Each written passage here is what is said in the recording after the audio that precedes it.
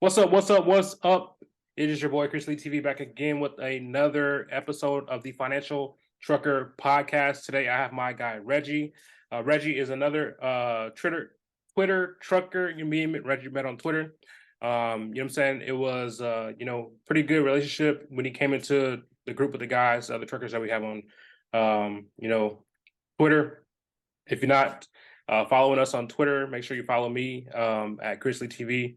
Um, and I'll get the details for Reggie's Twitter account. I'll put them in the show notes. But Reggie, you want to go ahead and let them know a little bit about your trucking journey. Let them know a little bit about yourself.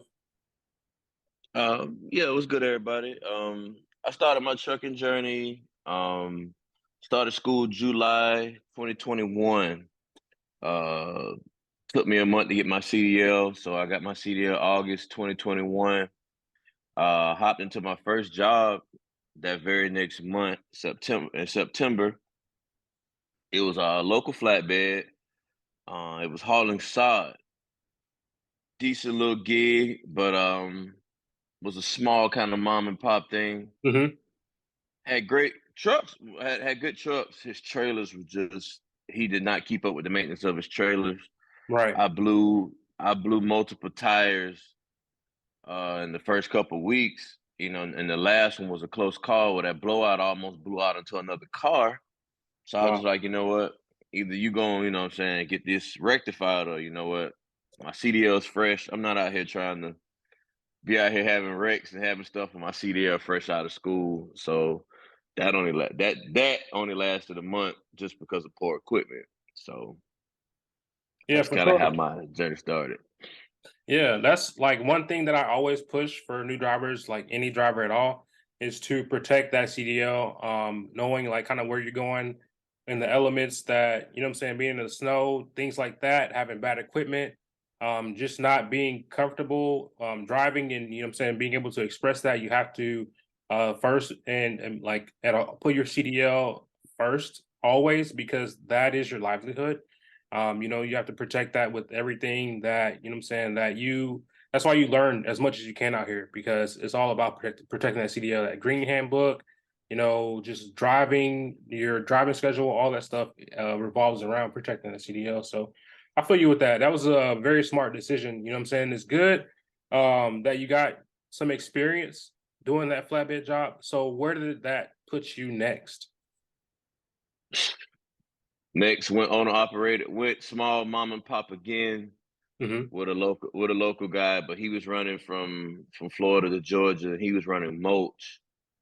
Um, and he had bad trucks and trailers. So, You're two for so two I now. I'm 2 for 2 right out the gate, bro. So I did that for another month. But then all in all, with that, I saw that you know what I really needed some more work as far as just my overall driving. I still wasn't comfortable back in anything like that. So after that gig, that led me into taking a local job delivering mail. Made a decent salary. They didn't have a lot of Mhm. runs, but what that did do for me is that's why I learned to back up. Because at that job, I was bumping dock 2 to 3, sometimes 4 to 5 times a night.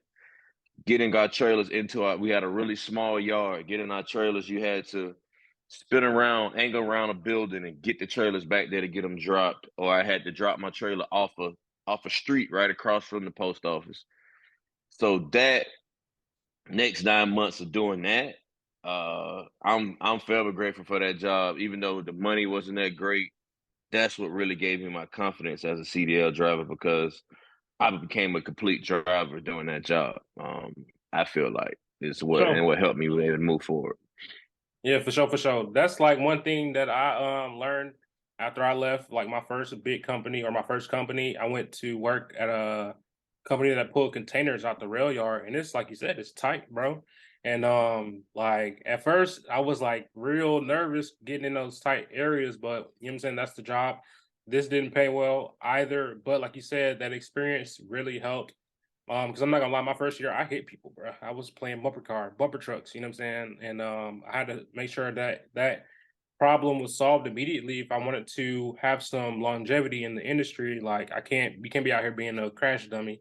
Yeah. So that job, you know what I'm saying, those things really put those stripes on your shoulder when you are in those situations and you have to put up or shut up. You there. This is the type of industry like you there, ain't nobody else there but you. You got to make that decision right then, right there, or you going home and then like you wasted your time. Yeah. So once you are so kind of far deep into it, you got to put that trailer where it has to go. Um, and once you do that, you feel, what I'm saying, the little accomplishment, what I'm saying, you move on to the next one, it's a little easier, move on to the next one, it's a little easier. You're never a professional. You're never Yeah. too good to get out and look. But you do gain confidence. You know what I'm saying? You just cannot be overconfident out here. So that's dope. You know what I'm saying? Like that's a cool what I'm saying, way to get your CDL. How did you even hear about your CDL, bro? Like I tell people like, what I'm saying, where you from? Like what does that look like in your like life where you're like, all right, it's time to go get a CDL. Like what is that? You know what I'm saying? Now this is where it gets kind of crazy. I'm here in Jacksonville, Florida.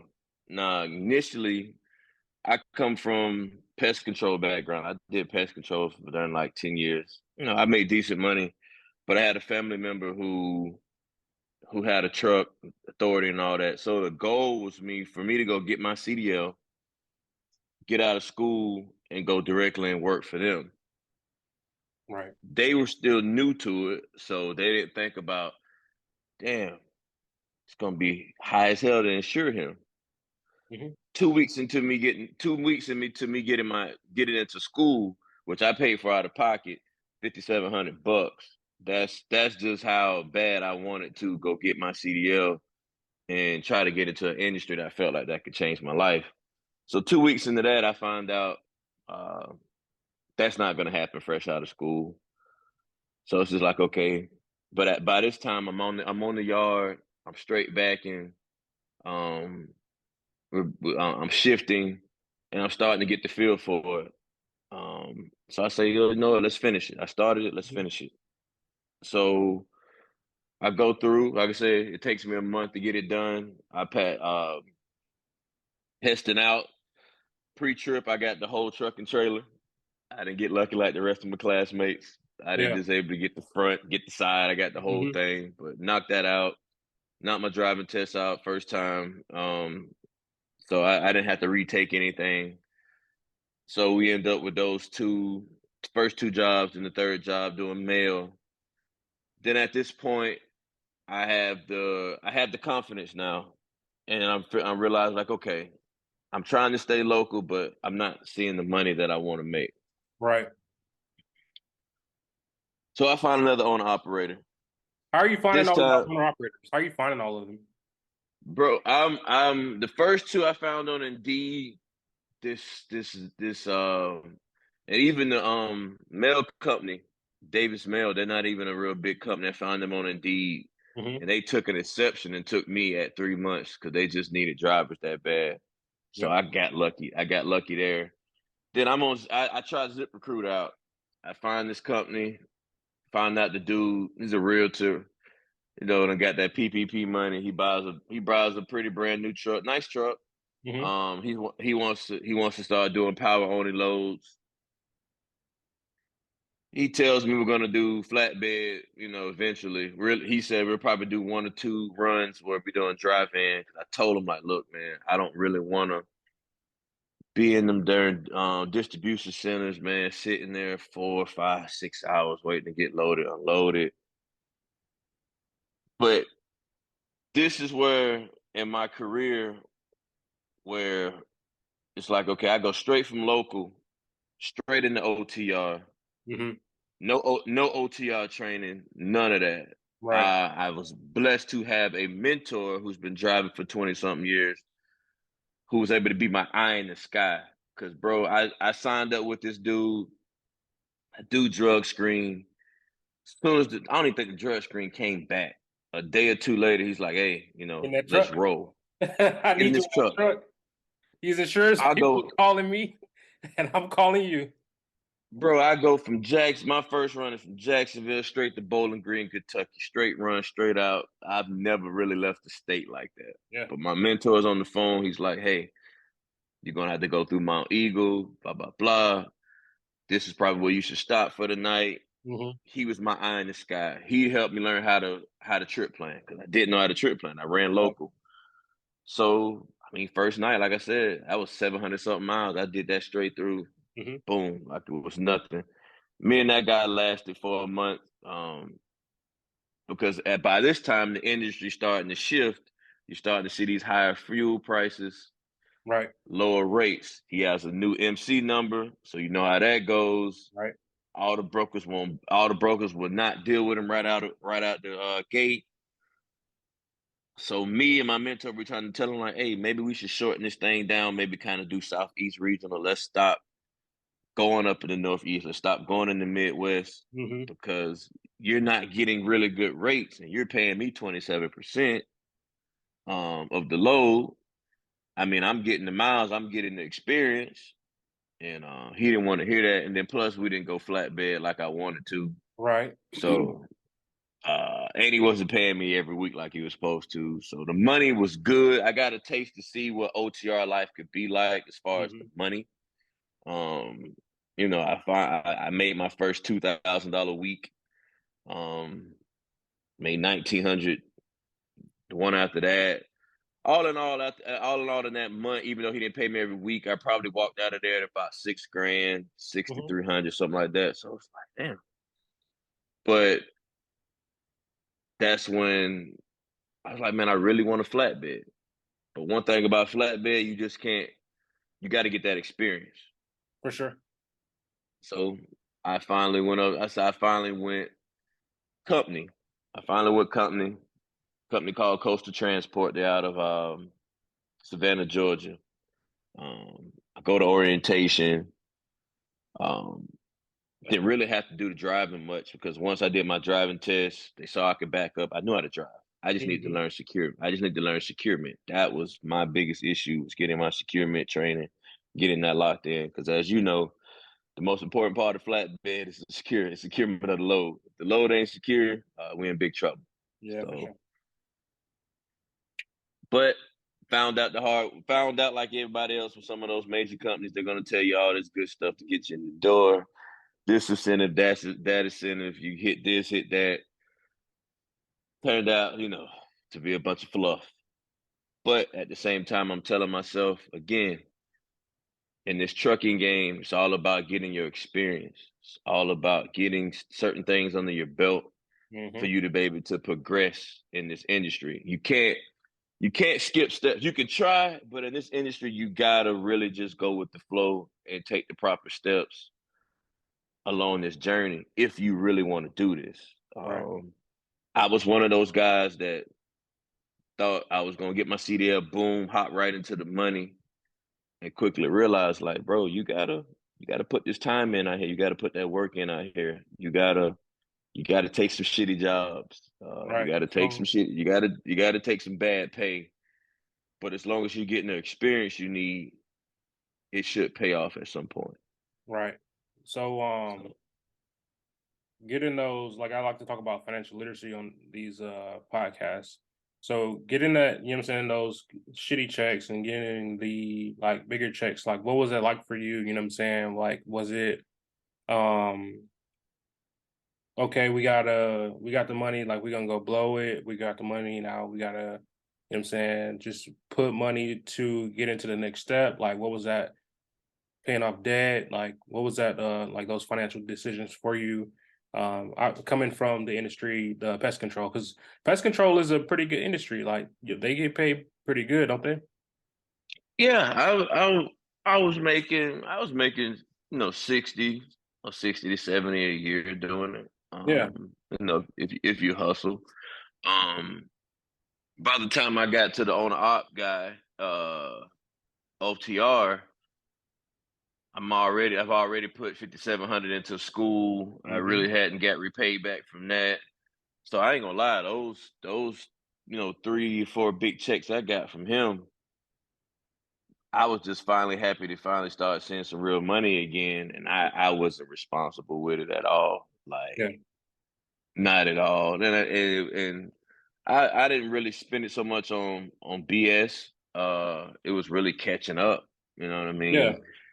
Um, Catching up on some things and really just, doing stuff for the fam, man. And and it was a real big shock to leave that and then go to this company and thinking like, I might be making maybe 700 less. And it was kind of less than that yeah. when it all came down to it. And now I'm running regional. I'm not I'm going during the week. I got small children.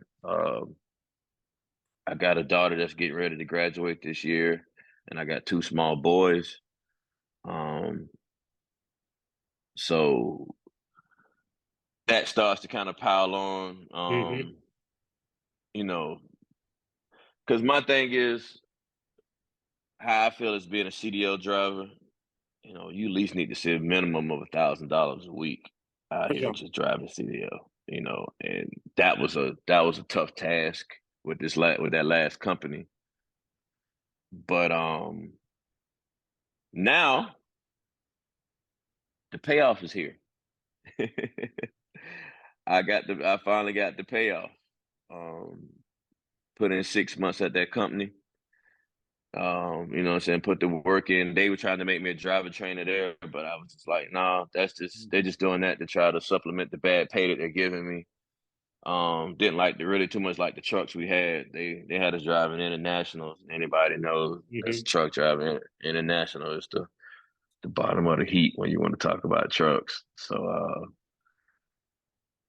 So I'm on Instagram, I'm posting my loads. I'm posting me, what I'm Right. saying, how my loads are looking, driving around. I have a company reach out to me. They're a small company and they're way out of Reno, Nevada. Reach out to me. Money they're talking sounds good. I'm a little skeptical because you know how this industry is. It's all full of it's full of Right. promises. Oh, you can make this, you can make that. But I didn't jump right at it right this time because now at this point I've been through some things. You know what I mean? Yeah. I've been down this road. I've been lied to. So we both vetted each other for a couple months, couple of Zoom meetings, back and forth.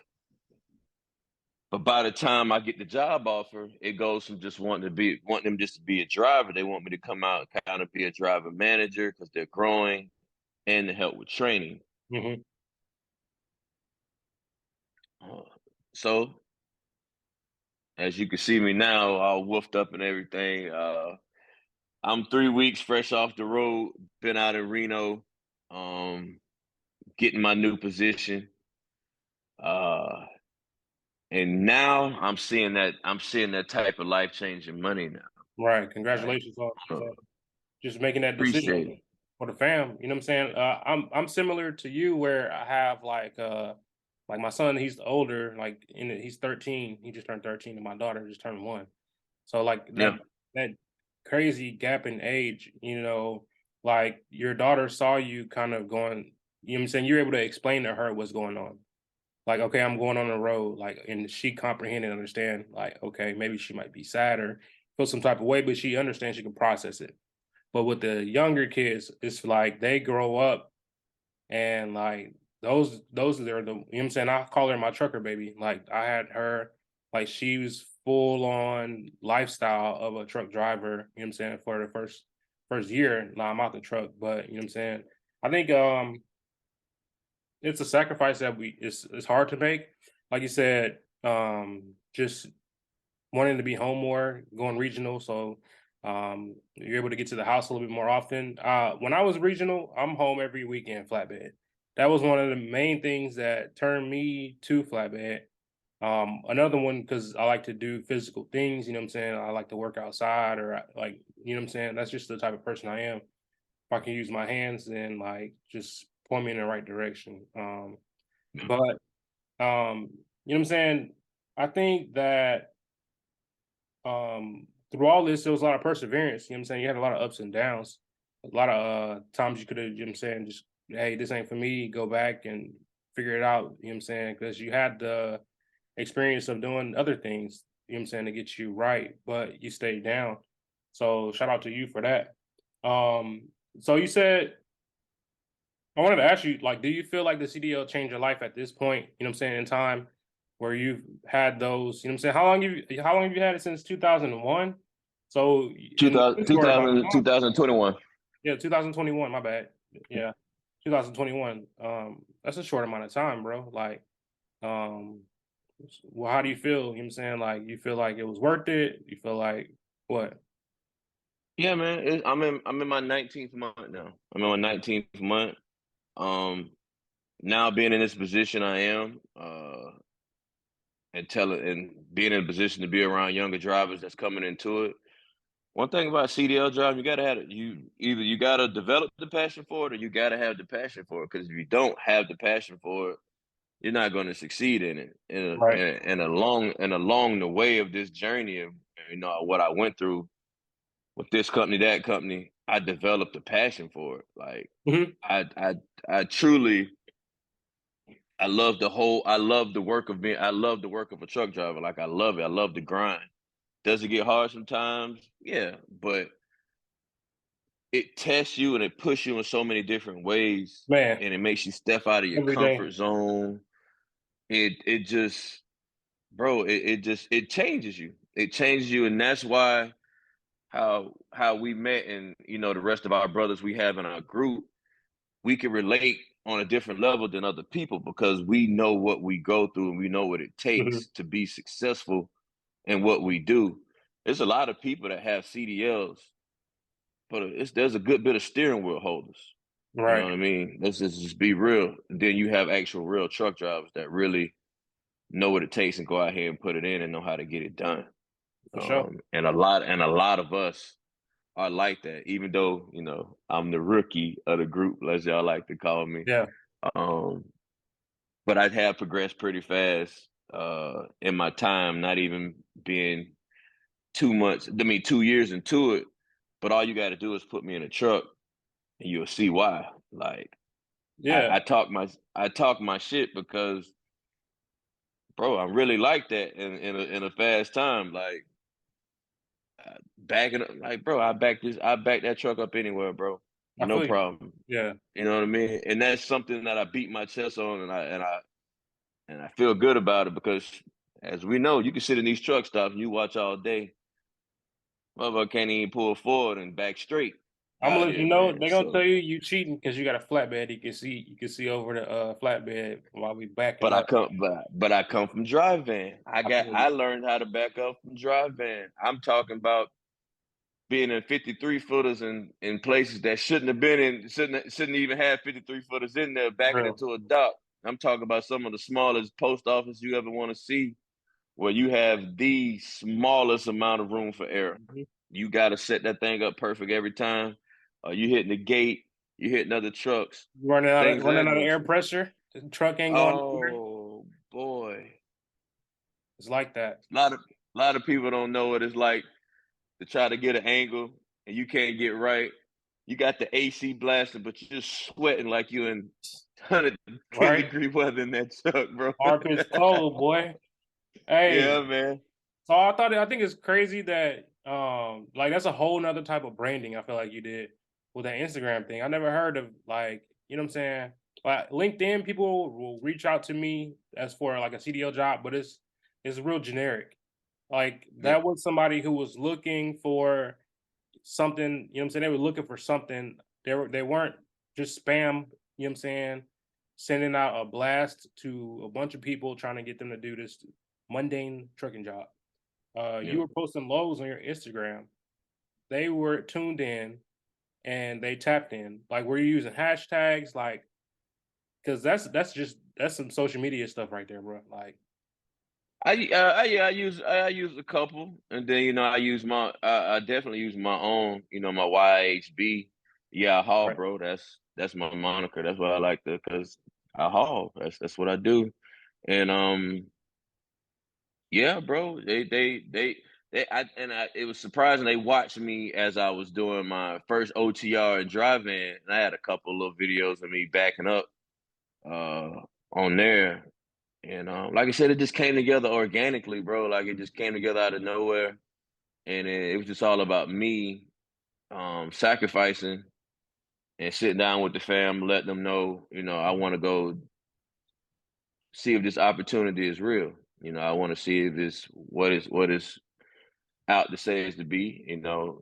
They sent me a nice contract. I signed it. Um, I got flew out. I didn't have to pay a dime to get out there. They put me up in a room, and they set me up. And bro, I flew out of Florida 5 a.m. Eastern Standard Time. Got out there at 11 a.m., 11:30 a.m., and I got right off the plane and right into a truck, Hmm. like straight off, like no downtime, no nothing. What I'm saying, I met the guy I was gonna be working with, shook hands, boom, boom, boom, and we was going to go pick up some crushed cars, Right. just that quick. But all they were doing was really testing me, seeing like, okay, Is he who is he he said? what he advertised? Yeah, is Yeah. he who he says on online? And I am like so. Um, like I said, I'm back for my third week. My third week. This last week, I did my first training, and Let's talk about that. So that wasn't Terrell, was it? Your first trainee wasn't no, Terrell. Terrell, no. I got a guy um who was one of those guys that fabricated his experience and what he can do. Oh yeah, I remember Um, you saying. Okay, yeah. he was supposed to be a 2 week project. I was going on to go have a week with him, and my other co-worker, business partner, was going to have another week with him. He should have been ready to go, but yeah, he gets there and bro, he can't even drive in a straight line. Yeah. Like literally, he got his license a couple months after me, and he's only drove 4 months sparingly throughout that time. Hmm. And it showed. And I kind of told him, like, it's one of them things, you don't use it, you lose it. And if anything you've picked up, you've lost it. But one thing in this industry, you got to be willing to learn. Like, Yeah. and this guy, you don't know anything, and you're trying to tell me how to do this job, do my job, and it was.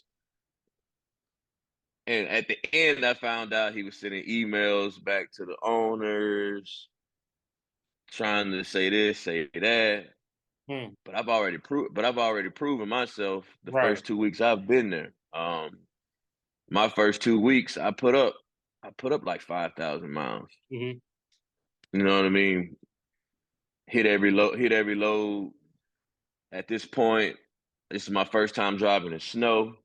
I'm a Florida boy, never been in snow.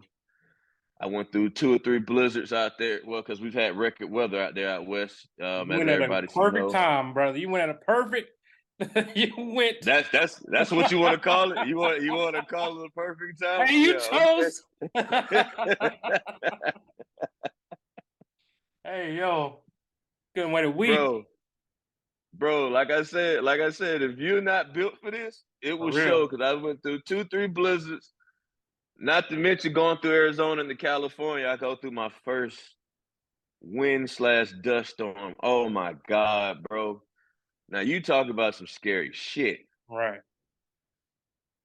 Not being able to see in front of you because you just got probably good 50-mile-per-hour winds, and it's just sand coming You out the desert, fighting. bro. You fighting for your life. It's a battle. Got to the point all you could do was just look down at the ground for the lines on the ground and just know that, Hey, hey, I'm yo, still in the lane and look. I'm still going forward Just here. keep it sane. Keep it simple.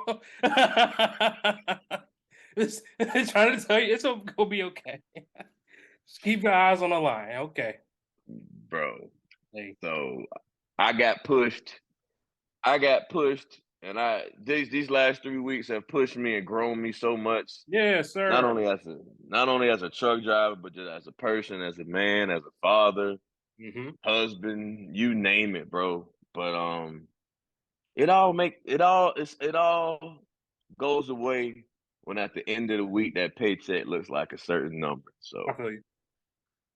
yeah, That's 100%, man. That's 100. That's definitely, you know what I'm saying, what we out there for. Nobody's risking their life to this is not a, you know what I'm saying, I'm not trying to do this for fun. I didn't do it for fun. It was Yeah. cool, you know what I'm saying? I got to see the United States and stuff like that. I like to travel, like that's cool, but you know, you waking up every day, you got a new fight for the next 10, 11 hours. Don't go to sleep next to a reefer truck. You got another fight for the next 8 to 10 hours. He and that Bruh. bitch rattle all night. He Look, got the APU. He got the APU going, and the refrigerator, and the reefer truck is going. So like, bro, they shoot. don't understand. They don't The understand, bro. mental battle, people calling you back home, the babies miss you. Hey, the toilet stopped up. Don't nobody know what to do. Hey, like It's and it's trainee, bro. And that's the thing I had to let him know. Like, OTR life isn't for the weak, bro. not at all. It's not for the weak. You got to have a different mindset. And he's like, man, I just get so tired. I said, bro, you gotta have another gear you got to tap into For because sure. at the end of the day, yeah, this is a smaller company. These people are nice, but at the end of the day, they're here to make money. Hmm. And the most important part is getting that load there and getting that load there on time. If you can get it there early, they want you to get it there early. Hmm. So it's all about you, like you said, making sure you getting in at a good time.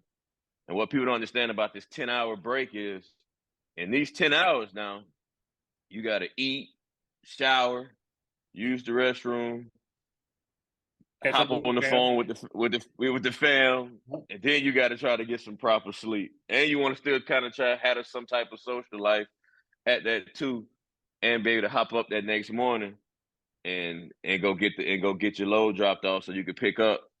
What I'm saying, at a decent time so you can get up the road and be able to knock out, hopefully a good 6 to 7 hours, of that next run or something like that. It's Right.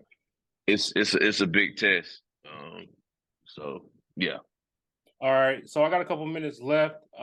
Let's talk about, you know what I'm saying, the Twitter situation, bro. Like you said, having the social group and stuff like that, like having, access to, just drivers, even through social media, like we have. I've never seen nothing like it. I've been out here Yeah. for 5 years. We created something I think is really dope. Like, what how has that benefited you at all? Bro, I mean, matter of fact, if I'm not mistaken, that day I got caught in a dust storm, you and Sam, y'all was guiding me up I-10 because y'all ran that route before. I was planning on trying to get up in it was a Loves and a TA at the exit I needed to get to. And y'all was both like, nah, bro. It ain't gonna be nothing happening when you get there. Yeah. Y'all told me about a casino that had free trucker parking in the back of it. Hmm. Would have never known that without you guys. For sure. Ever. You know what I'm saying? This is my first time on the first time driving on the West Coast and going to some of these places. I went to Albuquerque, New Mexico. Went through Arizona. Finally went through Cali and damn 55 mile per hour shit. But um the network that we have, bro, like you said, it's priceless. The amount of experience that's in there, um, guys going to certain places, knowing to go here, knowing to go there. There's people that would pay for what we have for free with the brotherhood that we have in that group, man. There's some assholes, but at the end of the day, they will help you when needed. So just like you brought up Terrell, one of our brothers that's in the group. He was looking for a situation. I was able to set him up with where I'm at Yeah. out there. Um, Before I got out of Reno yesterday, I got finished with that last trainee. Went straight to Terrell, got him in the truck. We went and picked up a load. He did his first securement, and I will say, and shoot, you and Pope pointed out uh something that needed to be fixed on the load. Like that was huge because I'm still learning. At the same time, but he caught on very quickly for him to never Mhm. be a flatbed driver, and that was impressive. Like how he was able to pretty much strap down the whole load pretty much by himself, climb up on the trailer, get up on top of that lumber because we had to get up there, get those tarps down. I was really impressed with Terrell. I was proud of him too, man. So I think he's gonna be good. Just like we kind of told him, flatbed will change your life, bro. So I think he's gonna. Matter of fact, he's gonna leave out today. He's gonna be heading to Denver. So Yeah, that's exciting for him. You know what I mean? I'm glad to hear that. You know what I'm saying? That's really dope. And it's just a testament, bro, of like what we're able to come together and do. Some like you said, it's really something bizarre, bro. It's like it's really random. Yeah, It works, but it's just like I don't know how to recreate anything like that. But you know what I'm saying? I appreciate everybody in there myself. You know what I'm saying? I've reached out to get questions answered, and you know what I'm saying? So like I humble myself because nobody's like the still walking out with their chest out, you know what I'm saying? Like yeah, know it all. You may be one person, but other than that, you know what I'm saying? Nobody's like, to not you know what I'm saying, not able to everybody's able to come and ask a question. Nobody's like, you know what I'm saying, just the authority because nobody knows everything. But I gotta wrap this yeah. up. I don't want this to cut out on us. It's your boy Chris Lee TV. I got my guy Reggie here. Reggie, where can they find you? You know what I'm saying? Your Twitter, your socials, your Instagram. On Twitter, you can find me at YHB underscore, at YHB underscore. That's my Twitter. Same thing for Instagram. So And you can follow my journey as I became a driver manager and trainer. guys, thanks for listening and be sure to check out the Financial Trucker podcast on all podcast platforms. Deuces.